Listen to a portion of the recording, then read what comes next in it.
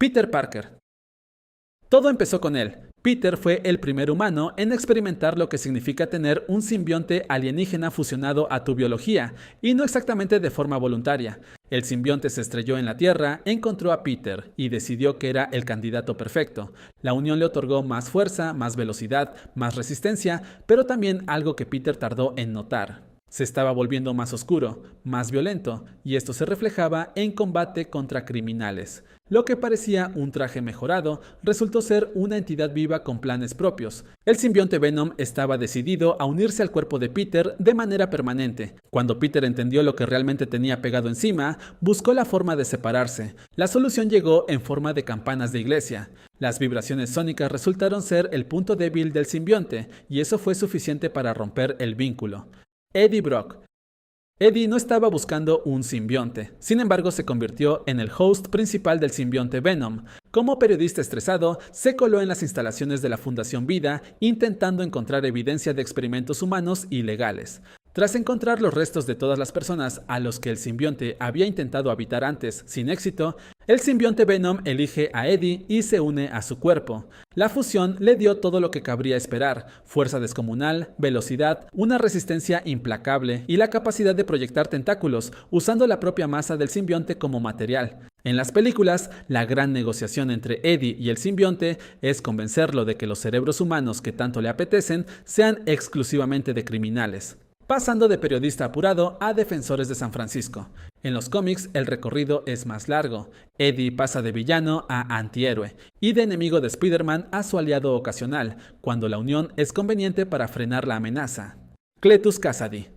Si Eddie Brock fue un anfitrión complicado, Cletus Kasady fue directamente una catástrofe. Asesino en serie, encarcelado, Kasady entró en contacto con el simbionte Venom de manera accidental. Le mordió la mano a Eddie durante una visita y tragó sin saber que era una pequeña fracción del simbionte Venom. Lo que creció dentro de él fue una descendencia de Venom, pero de color rojo. Y cuando emergió su forma final, el propio simbionte se bautiza como Carnage, una elección de nombre que lo dice todo sobre su forma de ver el mundo. Carnage comparte el catálogo de habilidades de Venom, pero lo lleva un escalón más arriba en términos de fuerza bruta, con la particularidad añadida de poder generar púas desde cualquier parte de su cuerpo. En la película, Kasady y Carnage forman equipo para intentar acabar con Eddie. El plan fracasó totalmente, y Carnage termina siendo devorado por Venom tras ser separado de su anfitrión. Un final bastante apropiado para alguien llamado Carnage. Flash Thompson. Flash llegó al simbionte Venom por una vía completamente distinta a la de sus predecesores. El gobierno se lo confiscó al villano McGargan y decidió que necesitaba un anfitrión más controlable. Flash fue esa persona. Lo que hizo diferente a Flash de todos los demás anfitriones fue la decisión clave de nunca estar más de 48 horas de exposición continua al simbionte. Sin tiempo suficiente para asentarse del todo, el simbionte nunca logró infiltrarse en su mente, lo que le dejó a Flash un nivel de control sobre la criatura que ningún anfitrión anterior había conseguido. Como todos los anfitriones de simbiontes, obtiene superfuerza, la capacidad de trepar paredes, lanzar telarañas y una variedad de otros poderes basados en simbiontes. Con el nombre de Agent Venom, usó ese poder de forma deliberada y con propósito, integrándose en equipos como los Thunderbolts y los Secret Avengers. Por primera vez, el simbionte Venom estaba siendo controlado por el propio anfitrión, en lugar del simbionte. Patrick Mulligan.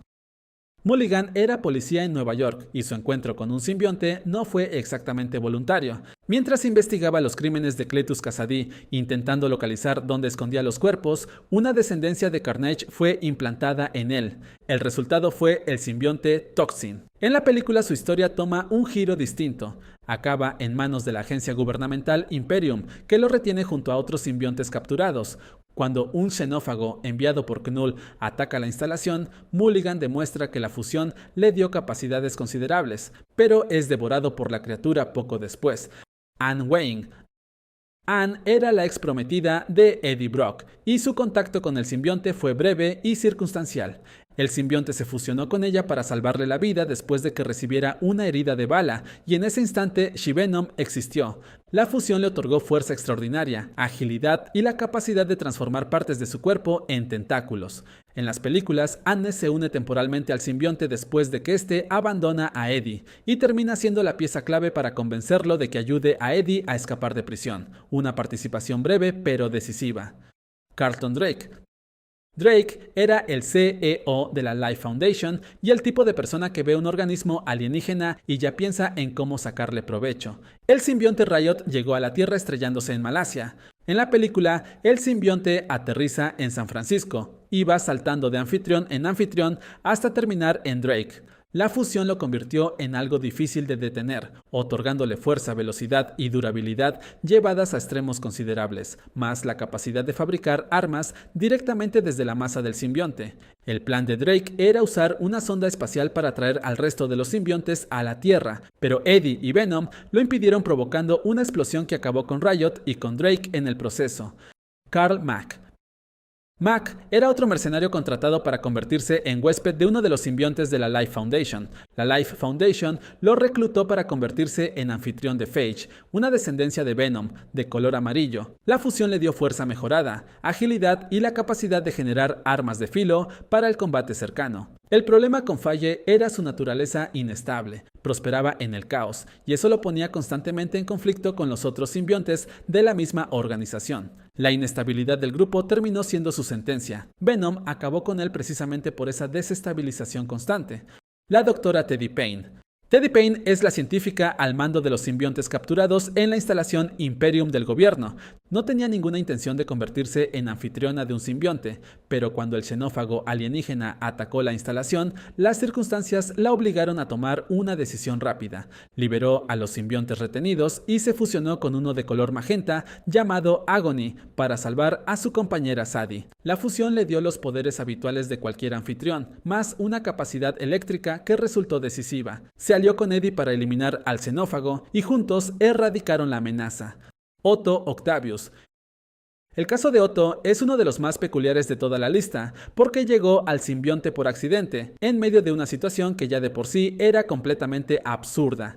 Después de haberse apoderado del cuerpo de Peter Parker para convertirse en el superior Spider-Man, Otto se cruzó con Agent Venom y, creyendo que era un villano, se enfrentó a él y separó a Flash del simbionte. En la confusión del momento, el simbionte encontró a Otto y decidió unirse a él. Superior Venom fue el resultado de la fusión, un Otto Octavius con el poder del simbionte añadido al que ya tenía, lo que lo convirtió en algo genuinamente difícil de controlar. Su brutalidad en la lucha contra el crimen se disparó hasta niveles que llamaron la atención de los propios Vengadores, y solo su intervención fue lo que le abrió los ojos a Otto sobre lo que le estaba pasando realmente. El simbionte no estaba bajo su control, estaba usando su agresividad natural como combustible para tomar el control de su mente poco a poco. Cuando finalmente lo entendió, buscó a Flash Thompson y le devolvió el simbionte sin dudarlo. Esto es todo por hoy sobre los simbiontes del universo de Marvel.